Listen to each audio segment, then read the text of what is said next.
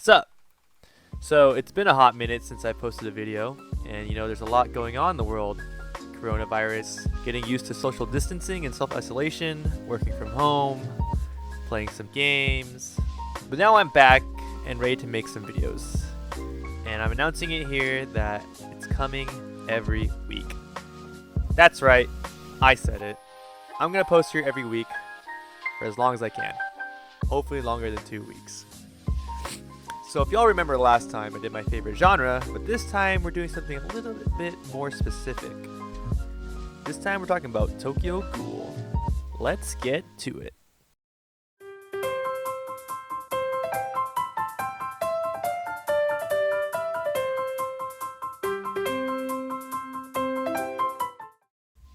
That's right, I like Tokyo Ghoul.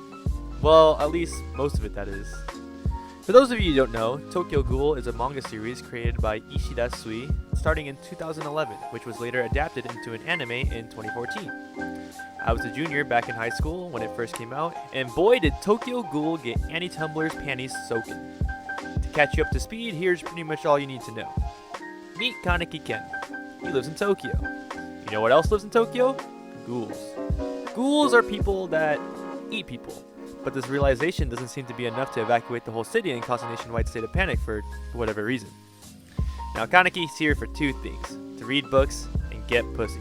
And he's all out of books. So he meets this girl named Rize, who is so far out of his league that it makes Right's matchmaking system seem functional. One thing leads to another, and they end up in a dark alleyway as young people do in a city full of man-eating monsters. And then Rize just starts to tear that ass up, just literally eating him out, just devouring him. But then we were reminded that jet fuels can't melt steel beams as plot falls on Rize to save the day. So close, Kaneki, so close. Well, Kaneki wakes up to discover that he was taken to the hospital with a need for an organ transfer, and the doctor takes a page out of Patrick's book and just shoves Rize's guts in Kaneki and calls it a day. We should take Rize's organs and push it somewhere else! This starts Kaneki's story as a half-human, half-ghoul, and his journey through this gruesome and sad world. Now that's basically all you need to know to understand what Tokyo Ghoul is, but I'm warning everyone now that I will be spoiling some Tokyo Ghoul and Tokyo Ghoul Re from this point on. And Route A, but who cares about that? Now this is usually where I gush about how I like the soundtrack, or the setting, or blah blah blah. But my 6th grade English teacher once taught me about this thing called counter-arguments. So here it is, Mrs. Scott. I really like Tokyo Ghoul, but it isn't a perfect series, and it's flawed in so many ways. But to keep it short, I'll only talk about a few of them. So remember how I mentioned there was a manga series and an anime? Well, let me explain one of the many problems of Tokyo Ghoul. So the first season of the anime follows the manga pretty faithfully, starting with an intro into the Ghoul community, and ending on probably the peak of its anime career, Kaneki vs. Jason. All was well. And then Route A happens, and a lot of things are very different. For starters, Kaneki doesn't join Aogiri Tree, aka the Ghoul Rebellion, in the manga, but he's shown doing so in Route A. So now Kaneki doesn't form his own group separate from Aogiri, and instead works alongside them. This difference creates new narratives like his relationship with Ayato and the other higher-ups in the organization. Even small things like Kaneki and Hinami going together to Takatsuki's book signing was changed. Now these divergences really change how some characters develop and become a big problem in the future. If you didn't know about these differences, you'd probably think that Route A was not that bad. And to be fair, they at least got the raid on Anteku pretty right, so kudos to that. But imagine this. You watched the series back in high school, saved it on your MAL, reblogged a lot of GIFs and wanted more. Fast forward to 2018 and you hear about this cool new anime called Tokyo Ghoul Re. Ooh snap. Your edgy teen self's nostalgic heart begins to beat again. You tune in excited to see what has happened to Kaneki and Hide as they approached Arima in the last episode of Tokyo Ghoul Route A. And then you're watching, and then you're watching. What the fuck is even going on? Who is this guy? I've never seen this guy in my life. What event are they talking about? That didn't happen, I think. What? Yeah, so they just retconned pretty much everything that happened in Route A and hopped right back on the manga track without any explanation, hoping that it would just turn out okay. And it didn't. This confusion really disconnected returning viewers from Tokyo Ghoul Re, which shows in its popularity. Another point is Re as an anime is not very well made. Like, some scenes are very awkward in motion with sounds not quite lining up. And then they also tried to jam-pack 181 chapters into 24 episodes, which led to the studio leaving out so many key important scenes. But I'll refrain myself from saying any more because this would turn into a different video. The last negative of the series that I want to point out is the ending. To fans, it felt very rushed and it didn't do the entire story justice. And part of this is because the author, Ishida, was feeling the burnout from creating this manga for several years and getting crushed under the pressure to deliver a satisfying ending.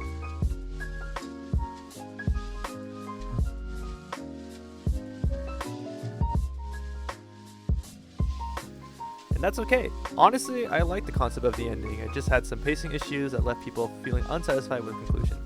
Ishida, you still did a great job. I also like a lot of other things, hence the title of this video. It was one of those animes that took the world by storm and was a must-watch when it came out. However, these 5 reasons are why I reread the series just every so often. I'm on my 4th reread, by the way. Number 1. The setting is sick as fuck. The initial premise of Tokyo Ghoul is so edgy that it almost beats out the perfect formula of Naruto vs Sasuke plus Linkin Park.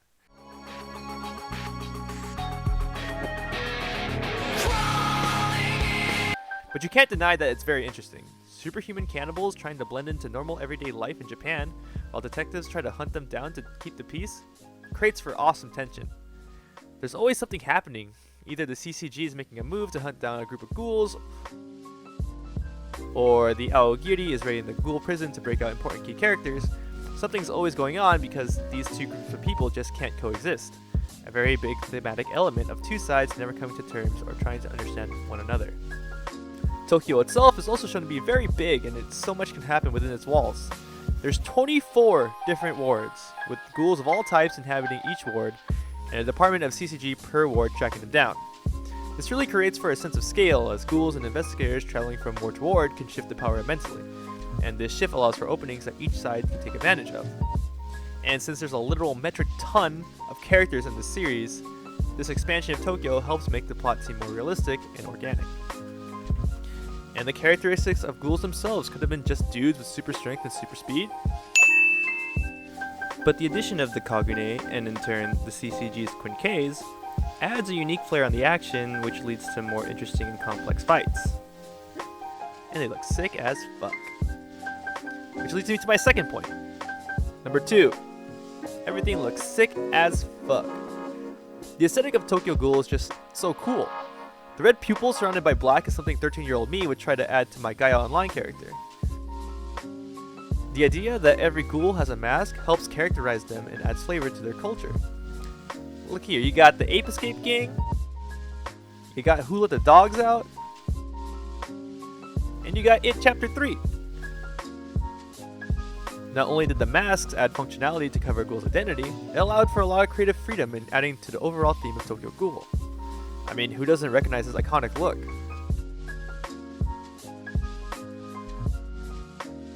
The tribal fashion of the ghouls clashed so well with the uniform white clad of the CCG, further dividing the two factions in a visual sense. On top of all this is Ishida's art style. It's so unique and it differentiates itself from any other series. Especially in Ri, Ishida really refines his style in using messy lines to show the greediness and heaviness of Tokyo Ghoul. Also this intentional chaotic look works really well for my next point. Number 3. The physical and emotional carnage is sick as fuck. Ishida's art style really made the more gruesome parts of Tokyo Ghoul work. It low-key worries me that someone can be this good at drawing human dismemberment. I like that Tokyo Ghoul isn't afraid to go there. It isn't afraid to pull back any punches, and I like when characters are mortal. Of course, plot armor is always a thing, But it makes for interesting character choices when they know they can die, or their development when they lose a comrade. This emotional weight helps keep the tone dark and realistic. What else is dark? Watching someone's ballsack get pressed down by stilettos. This brutality is awesome and rarely seen in mainstream series at the time. Honestly, it's refreshing after reading tons of Komi-san and Takagi-san to see people suddenly miss their lower body. Watching ghouls like the Nutcracker or Jason torturing Kaneki makes it known that this is not something for the light of heart. And while I'm at it, this fight fucking rules. Just check this out. Kaneki finally grows a pair and starts to fight like a ghoul, and he puts so much points into HP regen that his leg can just do this. Man, that shit's raw as fuck. So yeah, Core is awesome. Number 4. Everything sounds sick as fuck. The OST of Tokyo Ghoul is just honestly too good for this anime. They got so many banger openers and endings. Boom, unravel. Boom, asphyxia. Boom, catharsis. Boom, I'm sorry for my scuffed Japanese, but Kisetsu wa Tsugitsugi Shindaiku. That's probably wrong on 7 different levels. And then you add OSTs like Glassy Sky,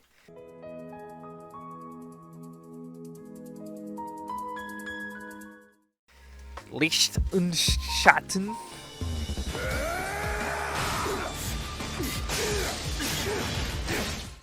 and 9. Am I imagining you here right next to me? And you get something that's beautiful and sad at the same time. I like how a lot of these OSTs play on the feeling of sadness and despair, but have that hopeful undertone. The message I get from the music is that living to die is hopeless, but dying to live is beautiful. It paints the story of Kaneki Ken so well. The somberness of the piano, the piercing violin, the slow percussion really embodies Tokyo Ghoul, and I couldn't have imagined a better OST for this series. Number 5. Kaneki Ken is sick as fuck. How can I not talk about the man, the myth, the legend, the young eye patch boy?